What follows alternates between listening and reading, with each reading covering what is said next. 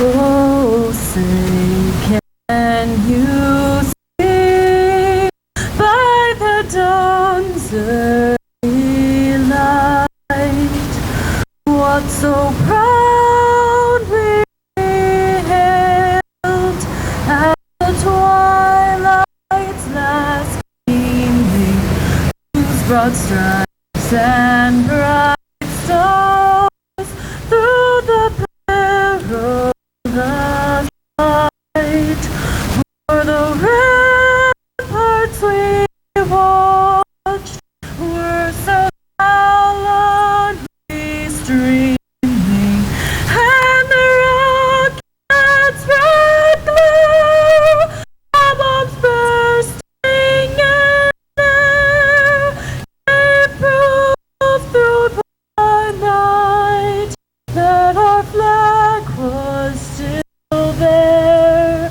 Oh, say does that star-spangled banner yet wave o'er the land of the free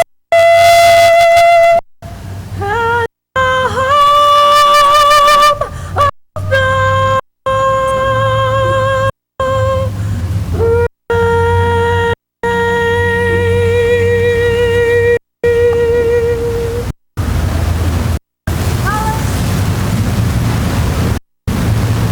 County Courthouse Square on a park bench, an old man was sitting there.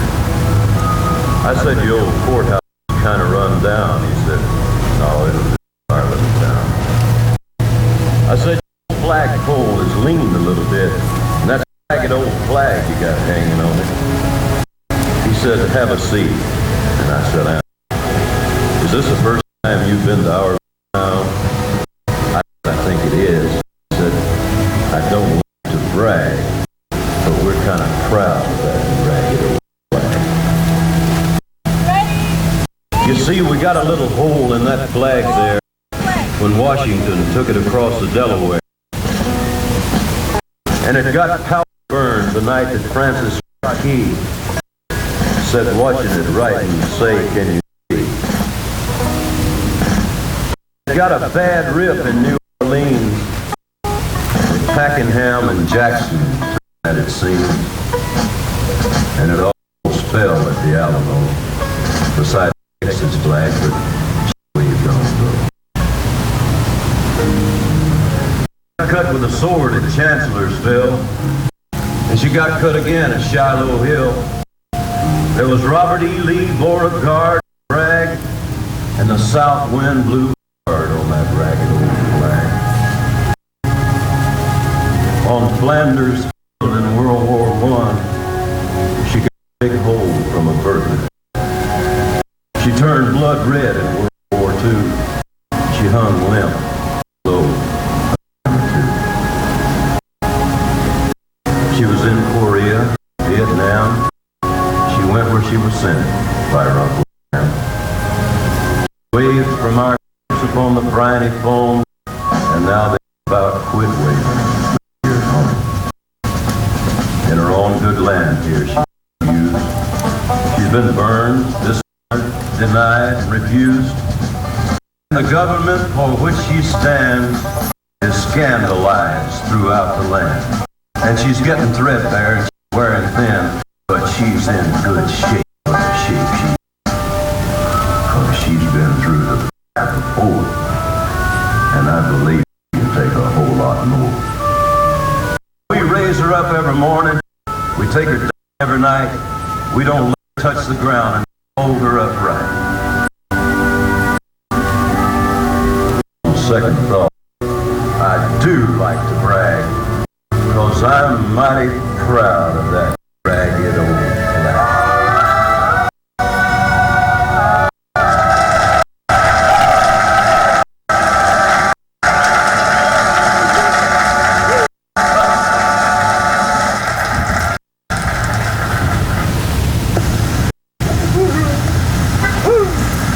Okay, Bob.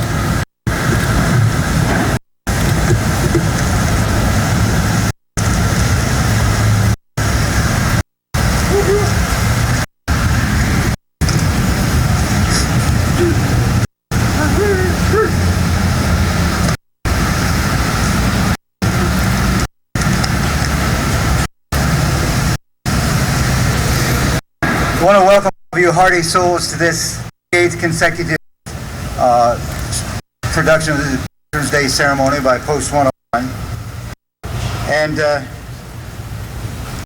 this time, to begin our ceremony, I'd like to introduce Father Noonan to give our invocation.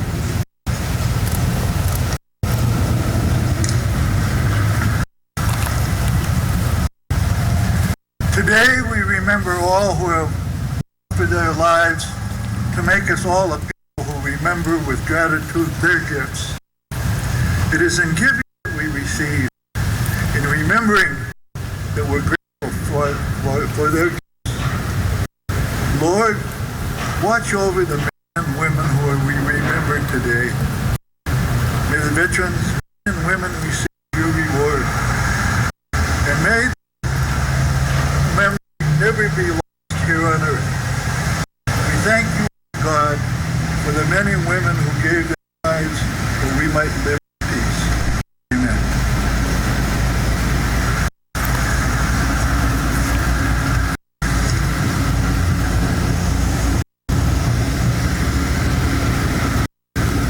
I want to begin real quickly with some thank yous and acknowledgments. First of all, thank yous to the Veteran Warrior Society, our honor guard here today from the Flat Head Foundation, Donna Freiberger and the Charlotte High School girls drill team who presented the colors. Loyola Sacred High School sophomore Tawny Kerr who sang the Star Spangled Banner. Thanks to the county maintenance crew who helped us with all of this stuff. Donna Pollock, who is our military historian, collector, aficionado. Electric sound and percussion, Bitterroot Flowers. FM radio, AC there, dubbed our music for us. Sunrise videos here. Old Post Pub staff. I know Mike and our manager is here, or the staff of the they'll be arranging later. Post 101 members, and from a personal standpoint, I want to thank members of my own family, Aaron, Dana, Brian, and Kelly, who are helping out today. It takes a lot of hands to get this done. Two things real quickly, acknowledgement form. In the last 2 weeks, two really major events. One is about 2 weeks ago, the President of the United States, in the middle of the evening, in the middle of the night, at 3 in the morning, went over Air Force Base to greet a cargo plane flying in loaded with bodies of young Americans who died in Afghanistan. This is, I think, an important gesture for these reasons. First of all, the sacrifice made by our soldiers is greater than any convenience or inconvenience or any political or military rank, and that tribute that was paid by the President was deserved. In a society, the people who defend us deserve to be recognized. And also it brought home again the reality of war, that war means death. And last week in Fort Hood, Texas, there was a tragedy a shooting. A number of soldiers were killed, and yesterday the president and his opponent in last year's election campaign, Senator Kane, both went to Fort Hood to offer their condolences and support for the families of these veterans, these soldiers who died. And all I would say in reference to that at this time is that our hearts go out to these veterans, these people who saw war and then even unexpected tragedy at home, and also the families of those people. And maybe this Veterans Day be dedicated to them. At this time, I'd like to introduce Post 101 Chaplain Keith Jensen to read one of the letters from our Senate.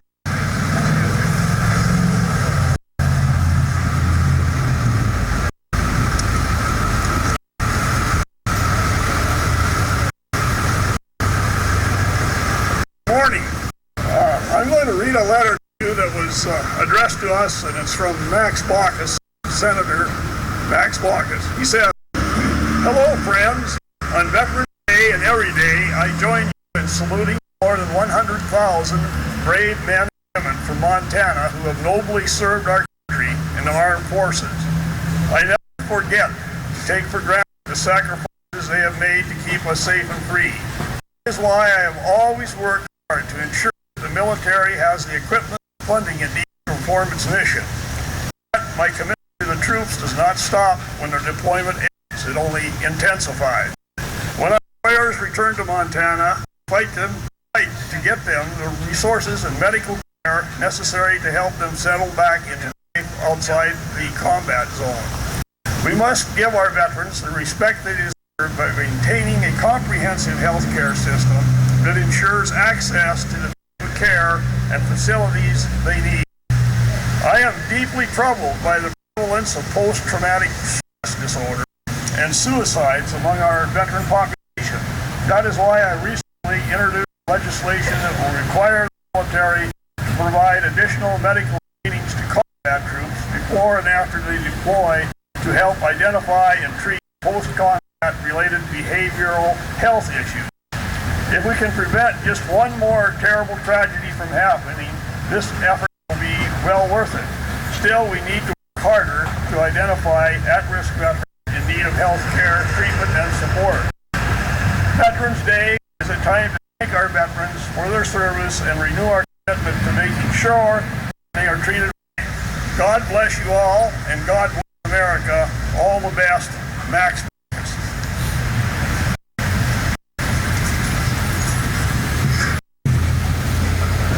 At this time, I would like to introduce one of our speakers, to welcome you on behalf of the City of Missoula. Basically needs no introduction, but I'll introduce him anyway. To deliver a few remarks on Veterans Day, Mayor John Engen.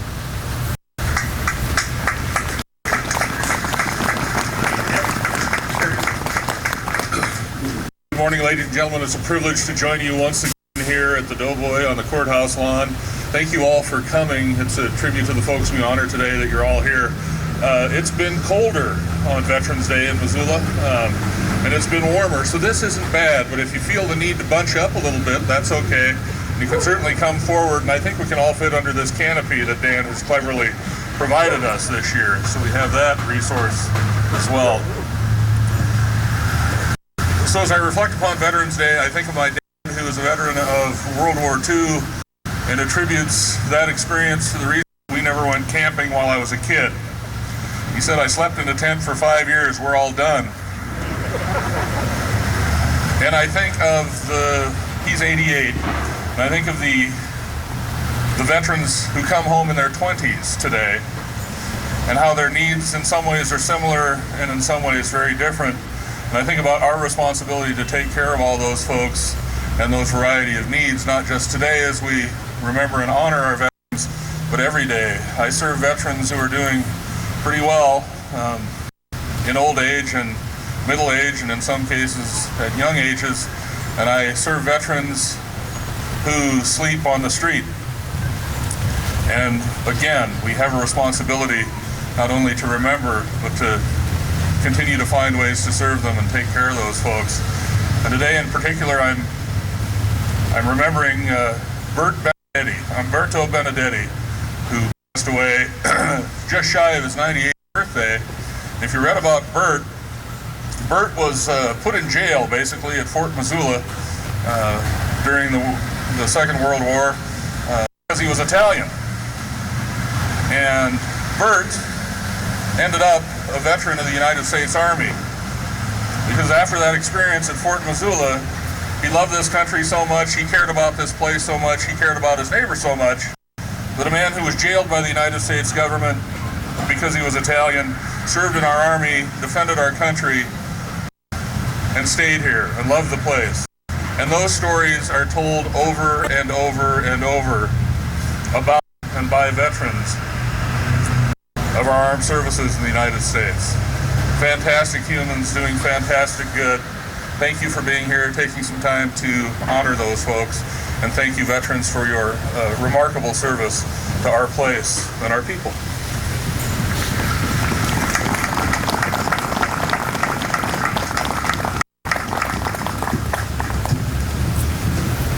I would like to take this brief time to introduce our main speaker for today. We are certainly honored and privileged to have as our main speaker today a former member of the Marine Corps and the current Lieutenant Governor of the state of Montana, John Bolliger. Thank you. You're welcome. Thank you. Well, good morning, all. As a Marine Corps veteran, it gives me great pride to come here to the Garden City of Missoula, standing amongst men and women in uniform, veterans, men and women that we honor this day for their honor, for their courage, for their loyalty, and for their commitment to this country. Their service is a reflection of their dedication to the people of the United States of America and to the values that bind us all together under the stars and stripes. As Montanans, service to our country is part of our culture. And today we find that nearly 11% of our state's population have served in the armed forces. This is the highest percentage of per capita veterans of any state in this country. Patriotism runs thick in the blood of Montanans, and we cherish the freedoms that are provided to us by our Constitution. We are willing to protect these freedoms at all costs. Today, we express our thanks to those who served, for we know that freedom comes with a price, and it's a price that we all must share in the cost. Many challenges are facing our veterans today and their families. Men and women are returning home from 2, 3, and 4 tours of duty in Iraq and in Afghanistan. And we're experiencing increased numbers of people that have become victims to post-traumatic stress disorder and traumatic brain injury.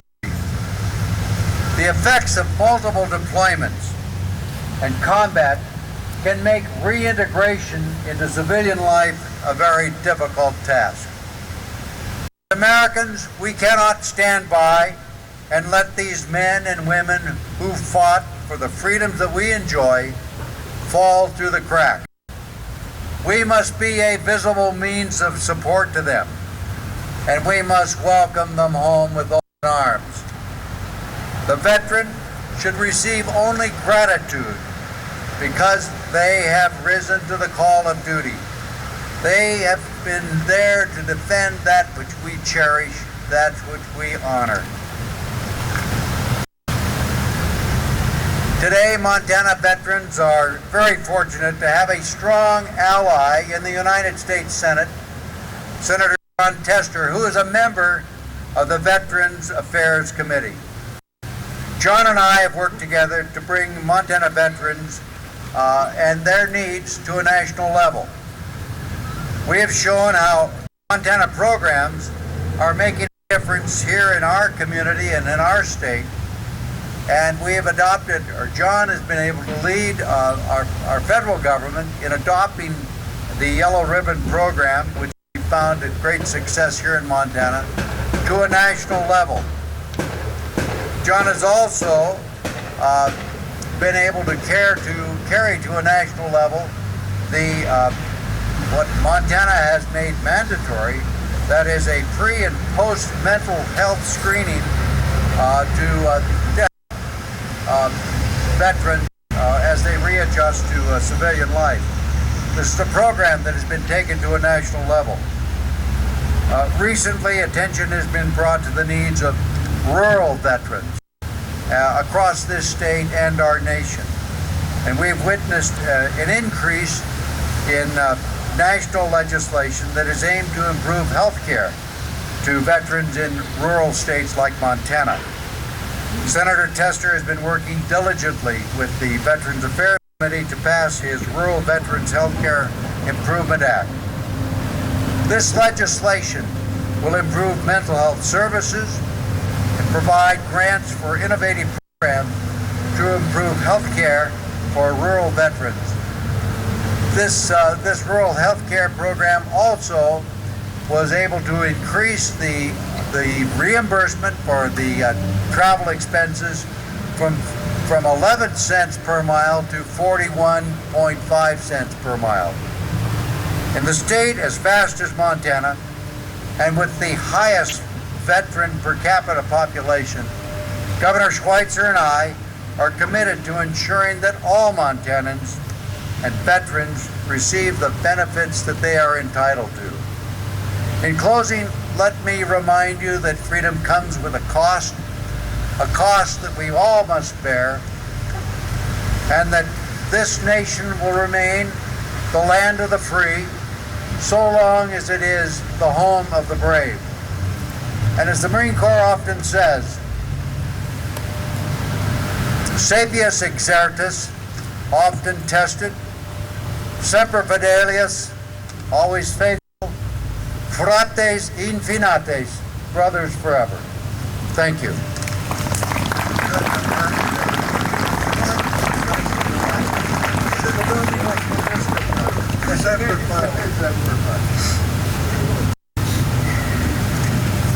We get a Latin lesson today too.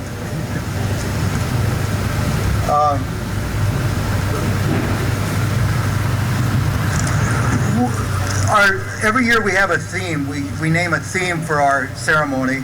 And this year's theme is From the Towns They Love So Well. It's based on an Irish song about people coming back to a town that's been affected by war.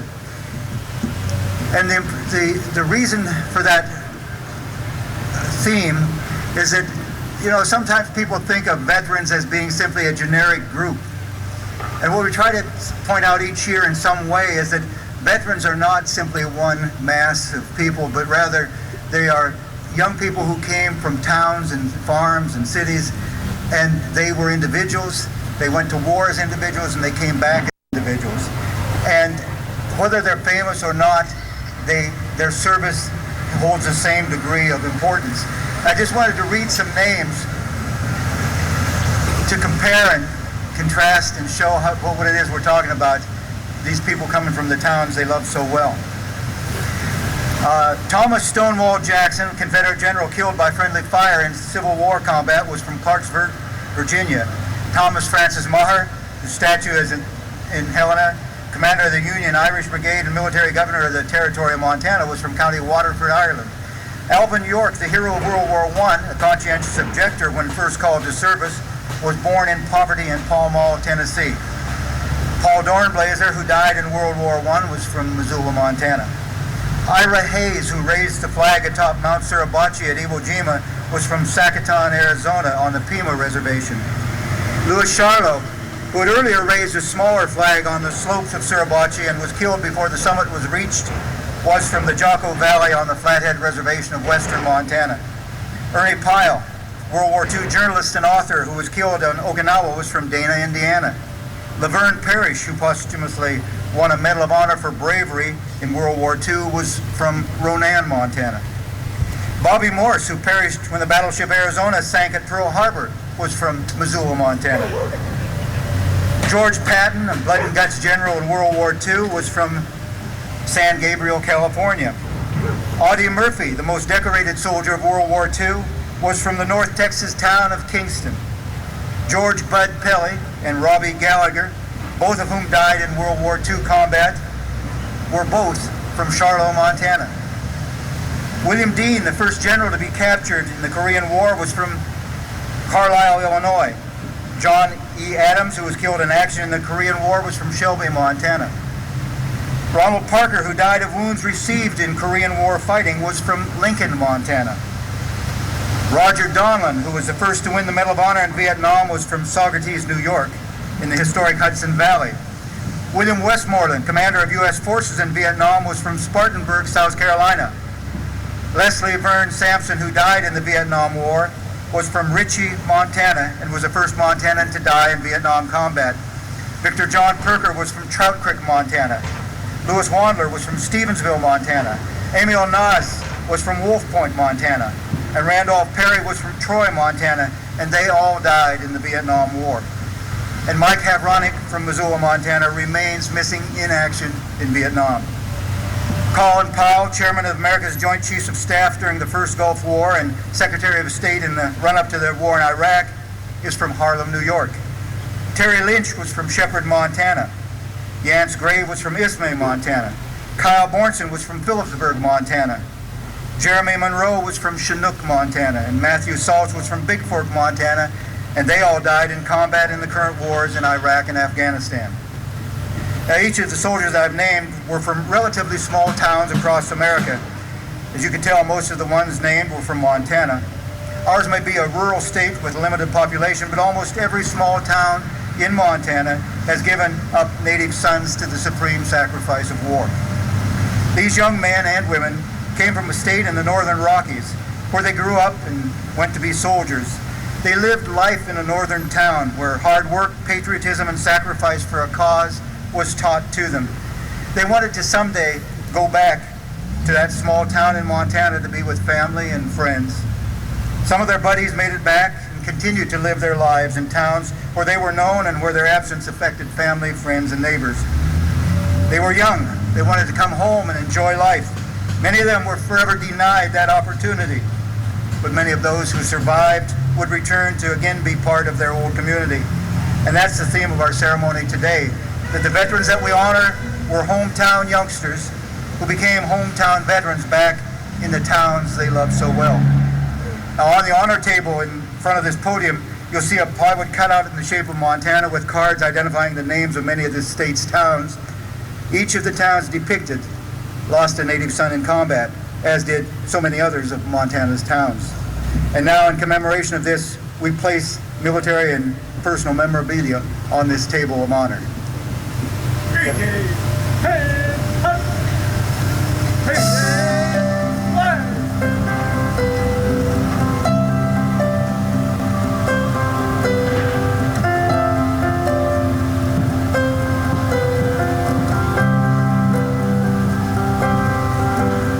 Salvation Army band and the children drank lemonade, and the morning lasted all day, all day.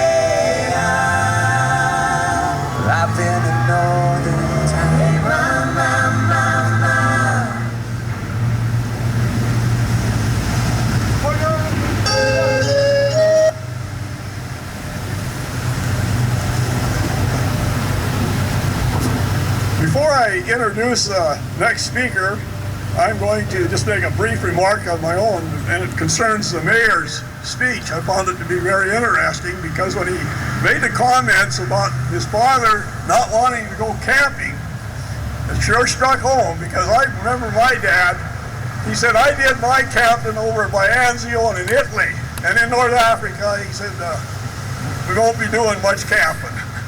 Anyway, and now I'm going to introduce the next speaker.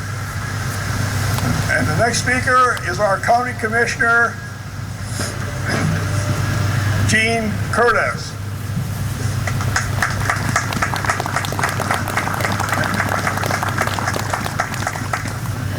Good morning. So thank you, veterans, and thank you to their families. So we know it's hard on families to be missing their folks. So, as has been said today, Montana has one of the highest number of vets per capita. We also have the highest military volunteer rate in the nation. Some of our volunteers have been our first people, our Native Americans. Some were born here, some moved here, and some, like Umberto Benedetti, were brought here just because they were Italian, but came to love our state. We're fortunate, when we are fortunate to live in Montana, we know it's worth defending. I just thought I'd give a little bit of history about Veterans Day. As I was thinking about today, I looked it up. And of course, it gives us an opportunity to celebrate the bravery and sacrifice of all of our veterans. And as you all know, it originally began as Armistice Day, which was on the 11th hour of the 11th day of the 11th month. And so it was not until 1938 that legislation was passed to dedicate this day to the cause of world peace and to be hereafter celebrated and known as Armistice Day. And it was a new legal holiday to honor our veterans from World War I. But in 1954, of course, we'd gone through a couple more wars, World War II and the Korean War, and it was changed to insert the word veterans to honor American veterans of all wars. In 1968, Congress decided to consolidate things and come up with 3-day weekends, and so Veterans Day was included in that. And the first Veterans Day observed under that law was on October 25th, 1971. Needless to say, after some time, in 1975, President Ford signed a law which said we would celebrate on November 11th, and aren't we glad they changed that? So Veterans Day is the day that is set aside to thank and honor living veterans who honorably served in the military, whether in wartime or in peacetime. So today is the day we honor with those ceremonies across Montana and the nation. But veterans, we want you to know that we honor and support you every day. And as the mayor was speaking and our lieutenant governor about some of the stresses that our veterans have gone through, remember that there are other ways than just the ceremony to thank them. Tell them thanks in person. Take a veteran to lunch, visit a veteran at a nursing home or in their own home, go out to our Valor House, take them some pillows and socks. And remember that some of our homeless people have served our country. So you can volunteer or donate to the Poverello Center or the food bank, or our Salcedo Center, which is a day center for veterans, our John 3:16 mission. So again, thank you for coming today, and don't just thank vets today.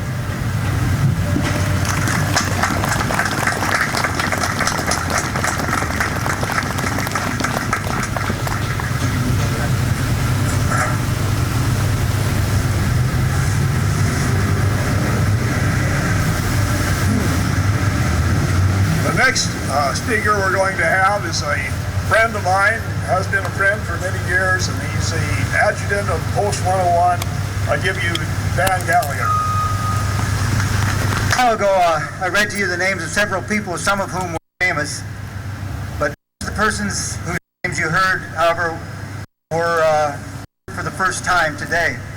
But their lives were just as precious, their courage deep, their service as valuable, and their sacrifice as great as those whose names carry more fame. See, these were just a few of the young men, sometimes women, who came from the farms and towns of Montana, went off to fight a war, and sacrificed, sometimes a supreme sacrifice, on behalf of our nation. Many, perhaps most of them, who survived the war's bullets returned to their hometowns to take up their lives and step into the future as veterans, just plain folks who had done their job and served the country. Now they look towards school, job, family, a home, a place in the community, and a world peace. But they weren't just part of a generic group that we term veterans. No, each of them came from somewhere, some place where they'd been known. They went to school and played and learned, matured, and they loved and were loved in the towns they grew up in. When they left, they took their hometown, Montana culture and values with them in service, where they shared a bit of the big sky every other serviceman and woman they came in contact with. And when they came home, they brought back with them, often unintentionally, their wartime experience, both the good and the bad. They had absorbed part of other subcultures too. That subculture has been shared with them, bringing home some of the habits and values of young Americans that they'd met who said y'all, or who sported a Boston accent, or who surfed the Pacific, or whose family mined for coal, or who lived in city slums, or were from 1,000 other places. In short, they all came from somewhere. And when they returned from war, they had an influence and an impact far out of proportion to their numbers on the towns that they would spend their lives in. These towns that they loved so well. A Civil War historian, Bruce Catton, wrote about the role that war's veterans played in towns that they lived out their lives. Of them, he said that in their later years, they had seldom gone more than 50 miles down the dusty roads of their little village. Yet, long ago, they had been everywhere and had done everything. They added a special flavor to the community, Catton said.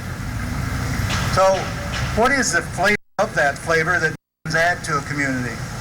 On a positive note, it's a commitment to civic service they first demonstrated when they donned the uniform. It's an attitude of realism, awareness of the hard work that must be undertaken to overcome our problems. It is among many veterans an intolerance of mediocrity and hypocrisy, and a tolerance of the diversity of the American population. You see, in war, these veterans learned that the color of another's skin, the dialect he spoke, the balance in his bank account, personal lifestyle, or the house that he worshipped in mattered not a whit when the chips were down. It was what was in his heart and spirit and mind and warrior body that determined his worth. The veteran took that wisdom home with him. And finally, perhaps unnoticed by most people, the veterans contribute to their community and each succeeding generation by passing on our history to us. Not only did they take part in something historical, their wounds and memories and stories of war are history lessons for every American to learn from. These strengths, values, and lessons are what most of these soldiers contribute when they return to their hometown as veterans. However, too often, veterans return wounded in mind or body. Having been changed by war, some have trouble living out their veteran lives, and some choose not to continue to try. Many live in pain from what war did to them, and many just live lives of quiet, troubled remembrance. For these particular veterans, our country, our government, and all American citizens have a legal and a moral duty to see that care is provided to them, that their problems are addressed, and that compassionate help is available, not just in the first days following the war, but for whatever period of time is needed. We all have, in other words, an obligation to ensure that the yellow ribbons of today become the red tape for veterans tomorrow. But most especially, the veteran and the veteran community need the recognition from society that their service has earned them. They need acknowledgement for what they endured when they went to war to serve this country. They need the respect, spoken and unspoken, that'll make their sacrifice seem appreciated and worthwhile. They need the thank you and welcome home that's so important but was so absent for so many of them. And they need to know that all will learn from their experience, will listen to and hear their story, and will know what has made them what they are today, also has helped shape the very character of America. And keep this in mind. As our veteran neighbors age, we would do well to listen to their words, to learn their lessons and absorb their history, because they too soon will be gone. As Bruce Catton said regarding the past old veterans, one by one they went to that sun-swept hilltop to sleep beneath the lilacs. As they departed, we were losing more than we could know. For these old soldiers, simply by existing, had unfailingly expressed the we live by. And I guess that's a goodly part of the reason why we have a Veterans Day. It's an acknowledgement of the faith as a nation. We meet today to remember and honor our veterans, that our nation's defenders will receive the care they need, that they will learn from the experiences that they've had, and that they will never be forgotten. In a rural state such as Montana, we know these veterans, these former warriors, have come from and have learned in and then returned to and enriched all of the towns throughout our state, the towns that we all love so well. They are our fathers, our sons and daughters, our friends and family, our classmates, and our neighbors. They're a major part of our heritage. Simply stated, they are us. Thank you, Dan.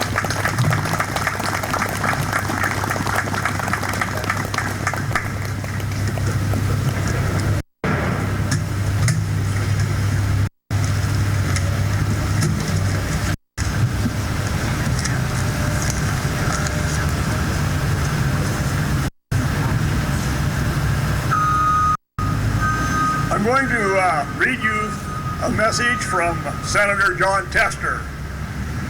Senator Tester says, "It is an honor for me to share a few words with you this Veterans Day. To all of American veterans, thank you for your service and for your patriotism. We'll never forget the sacrifice you made and continue to make to the United States. Now it is time for our country to live up to the promises we made. The promise of quality health care for all veterans, no matter where you live. You've done your part, and as U.S. Senator and a member of the Senate Veterans Affairs Committee, I'll keep working hard to make sure Congress meets its end of the bargain. Because it's our patriotic duty as Americans to make sure nobody who defends our nation is ever forced to go it alone, whether in the field or here at home. Again, my thanks to all of Montana's veterans and their families. We'll never forget your service and sacrifice. And to those who are serving on the front lines today, Memorial's veterans and their loved ones, thank you for your service. Respectfully, John Tester."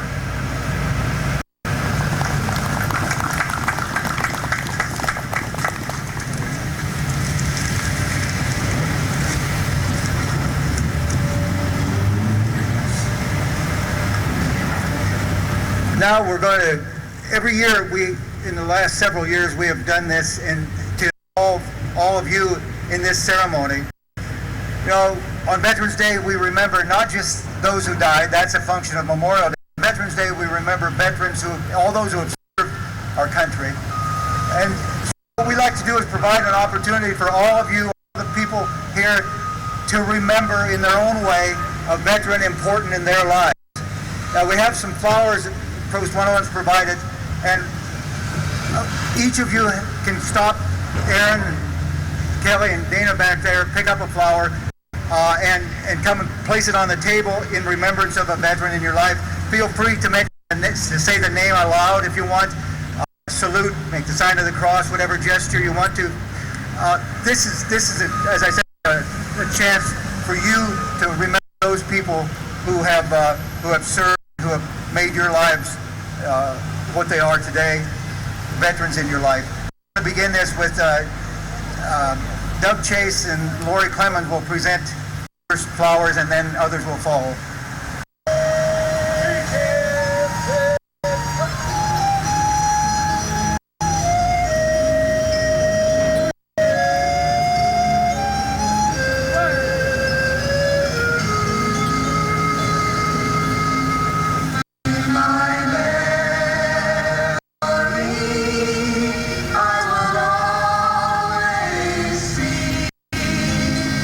Time that I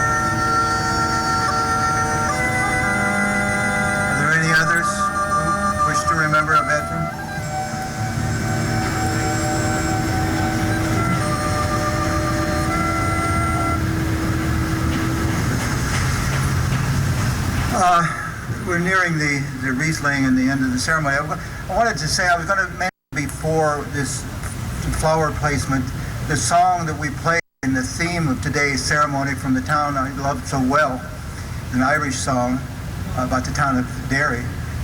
And there's a line in that I think is really appropriate and applies to the veteran community.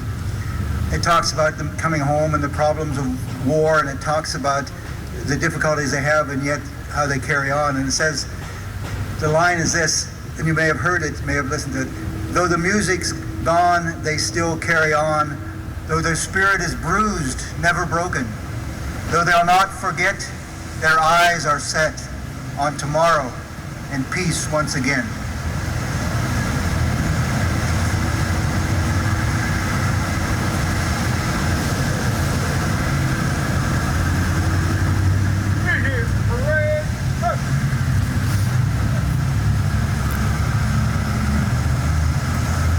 I'm going to read a message from Denny Reberg. Goes as follows. It says, "Dear friends, it is my privilege to send my greetings as you gather to remember the veterans who served, those who are still missing, and the brave men and women who gave their last full measure of devotion for our country and the cause of liberty. We owe our veterans a debt that can never be fully repaid. Their sacrifices and the sacrifices of their families are too great to be measured in words of thanks or medals of valor. Instead, we try to honor their service by caring for their future needs and the needs of their loved ones. I am reminded every day of the promises made to American veterans and how critical it is that we honor those commitments. We have taken great strides toward fulfilling the promises made to our veterans.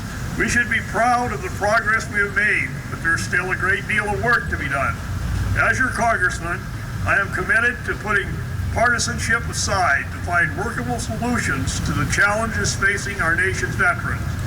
I will continue to work to adequately fund the VA and other veterans with the quality care that they deserve. It is important to look for new ways to expand opportunities for our veterans and to improve the quality of life for our soldiers, veterans, and military families. Our expressions of gratitude and thanks must be more than words and ceremony. We must show our appreciation in our deeds and do more to ensure that veterans and their families can thrive in the nation that they so bravely serve.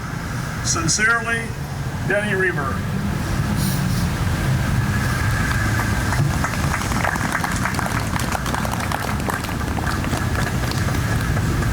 Before we do the final wreath laying, just some closing announcements. There were breakfasts, of course, this morning here in Missoula.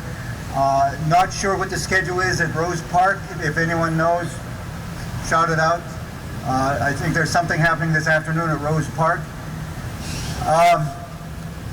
Also, as we do every year, it's become a tradition, over at the Old Post Pub, 103 West Spruce, the Post 101 establishment, business establishment, we'll be offering free of charge the military culinary delight that has become the tradition.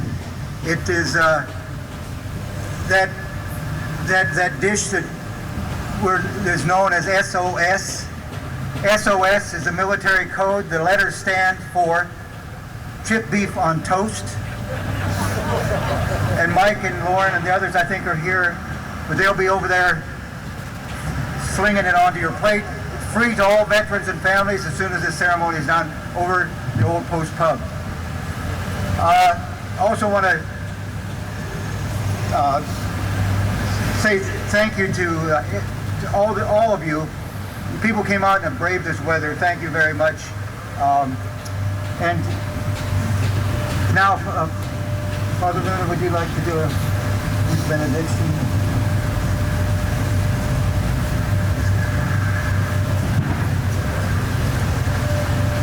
Lord, you blessed us in so many ways. You've called people to share their lives with others, to give their lives for others. So, Lord, we remember them today and place them in your gracious hands. watch over them, share their spirit and their bravery with us. We ask this in God's name. Amen.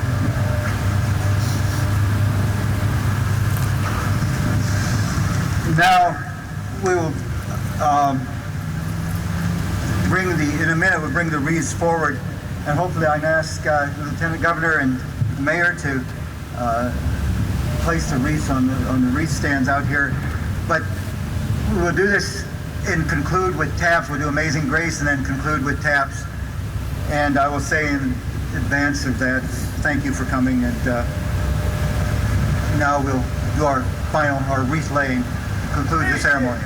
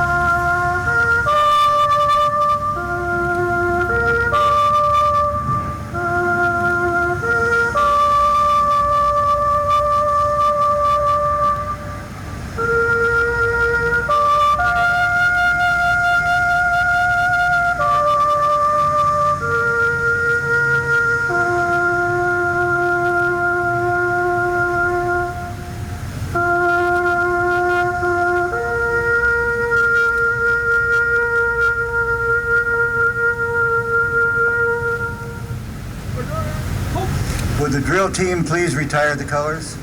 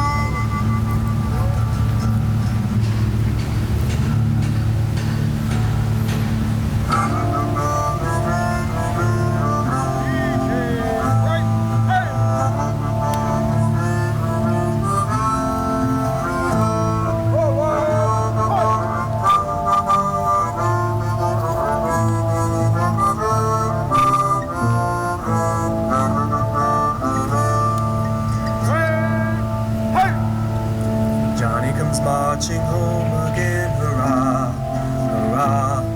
We'll give him a hearty welcome then, hurrah, hurrah. The men will cheer, the boys will shout, the ladies they will all turn out, and we'll all feel gay when Johnny comes marching home.